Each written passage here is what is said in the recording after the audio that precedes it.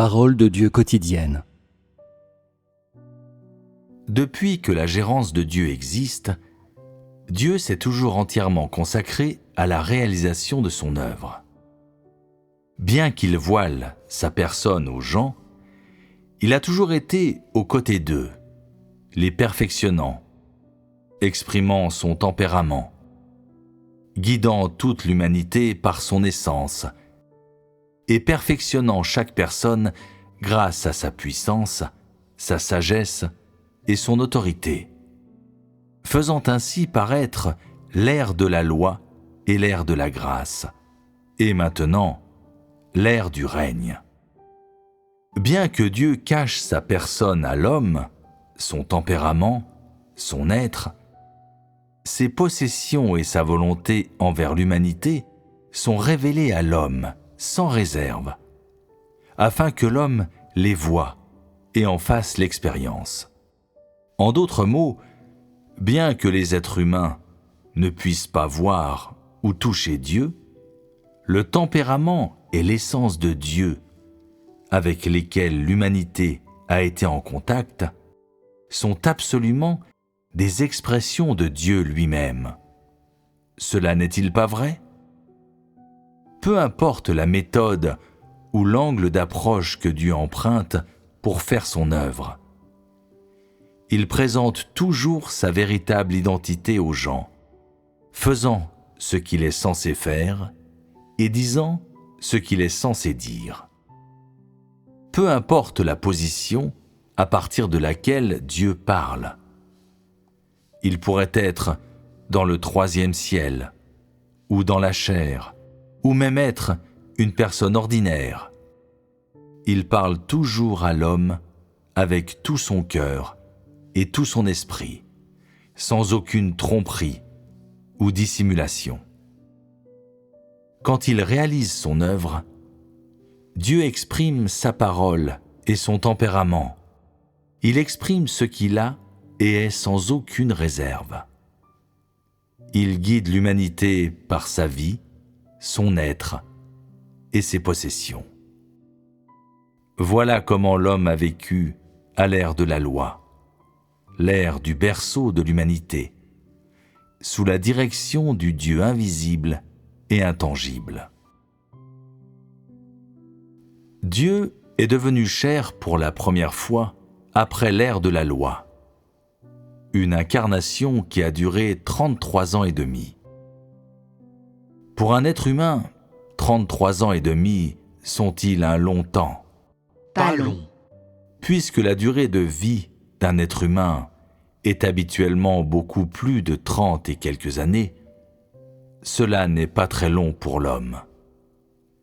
Mais pour Dieu incarné, ces 33 ans et demi sont une période très longue. Il est devenu une personne ordinaire qui assumait l'œuvre et la commission de Dieu.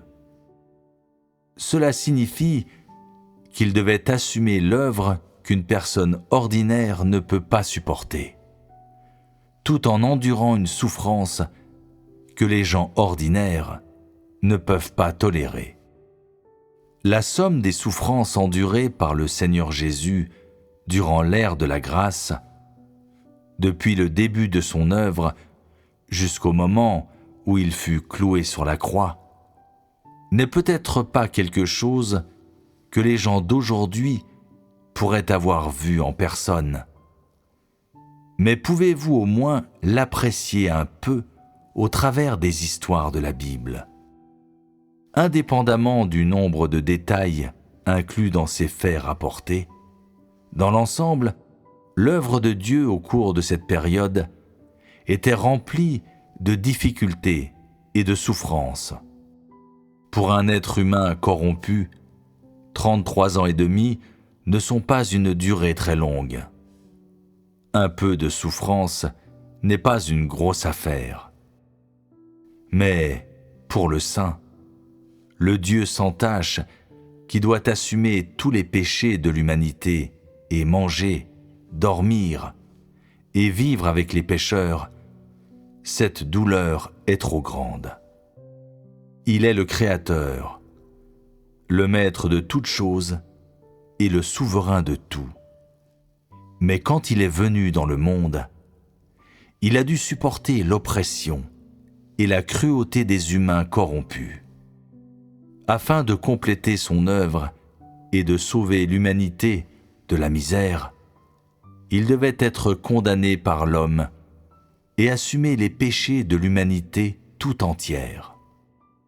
L'ampleur de la souffrance qu'il a endurée ne peut pas du tout être comprise ou appréciée par des gens ordinaires.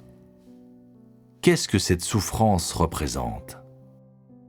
Elle représente la dévotion de Dieu envers l'humanité. Elle est synonyme de l'humiliation qu'il a subie et le prix qu'il a payé pour le salut des hommes, pour le rachat de leurs péchés et pour compléter cette étape de son œuvre. Elle signifie aussi que l'homme serait racheté de la croix par Dieu. C'est là un prix payé par le sang, par la vie. Un prix que les êtres créés ne peuvent pas payer. C'est parce qu'il a l'essence de Dieu et qu'il est équipé de ce que Dieu a et est qu'il peut assumer cette sorte de souffrance et ce genre d'œuvre. C'est quelque chose qu'aucun être créé ne peut faire à sa place. C'est là l'œuvre de Dieu au cours de l'ère de la grâce et une révélation de son tempérament. Cela révèle-t-il quelque chose sur ce que Dieu a et est ? Est-ce que ça vaut la peine que l'humanité le connaisse ? En ce temps-là, même si les hommes n'ont pas vu la personne de Dieu, ils ont reçu le sacrifice d'expiation de Dieu et ont été rachetés de la croix par Dieu. L'œuvre que Dieu a faite au cours de l'ère de la grâce est peut-être familière à l'humanité, mais la volonté et le tempérament exprimés par Dieu pendant cette période-ci sont-ils familiers à quiconque ? L'homme connaît simplement le contenu de l'œuvre de Dieu au cours des différentes ères, à travers divers moyens, ou connaît des histoires liées à Dieu qui ont eu lieu en même temps que Dieu accomplissait son œuvre.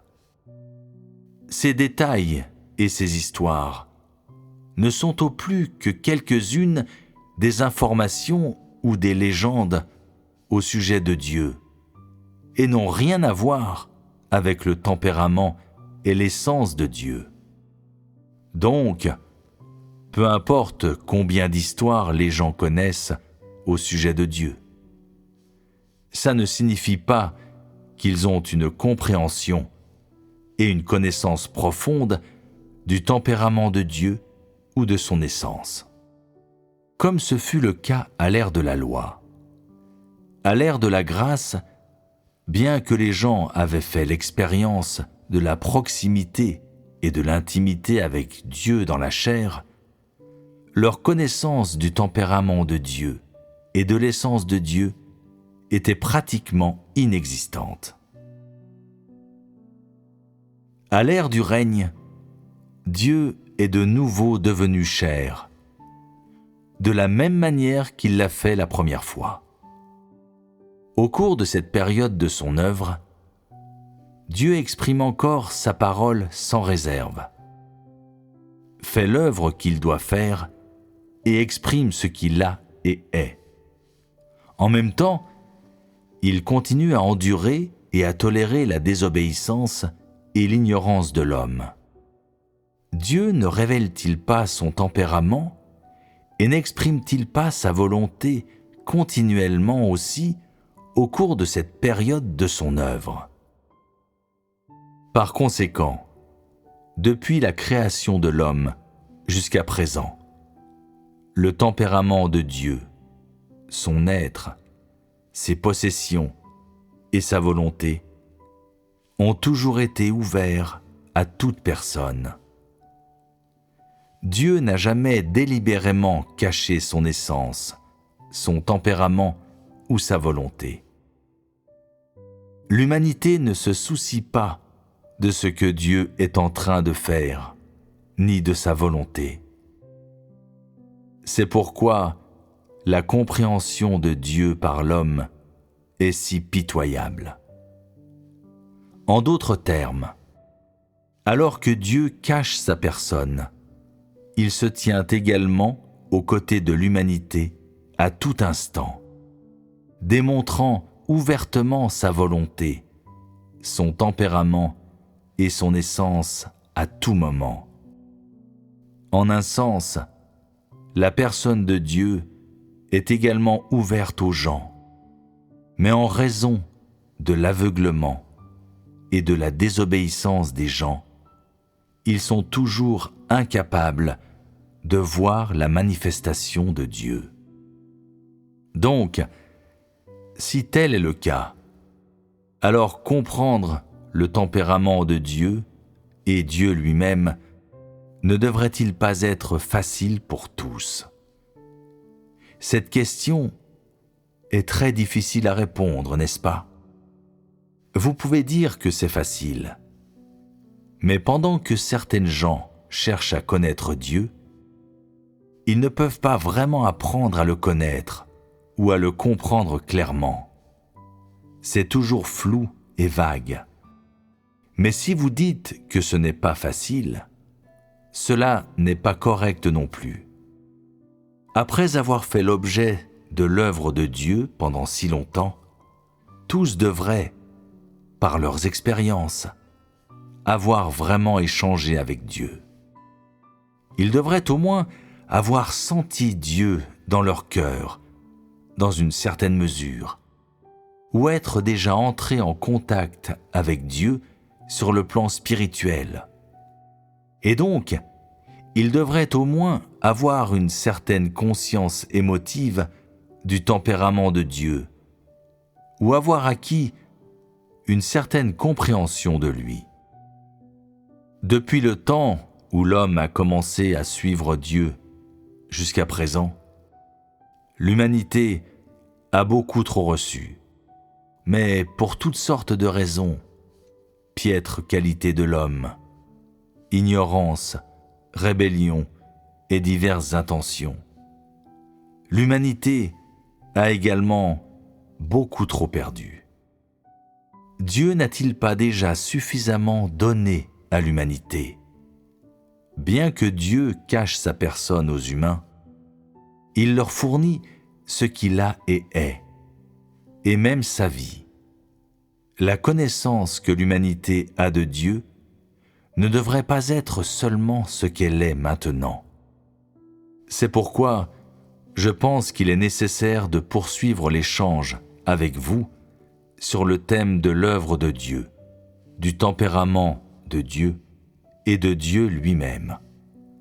Le but est que les milliers d'années d'attention et de pensée que Dieu a investies dans l'homme ne se terminent pas en vain, et que l'humanité comprenne et apprécie véritablement la volonté de Dieu à son égard.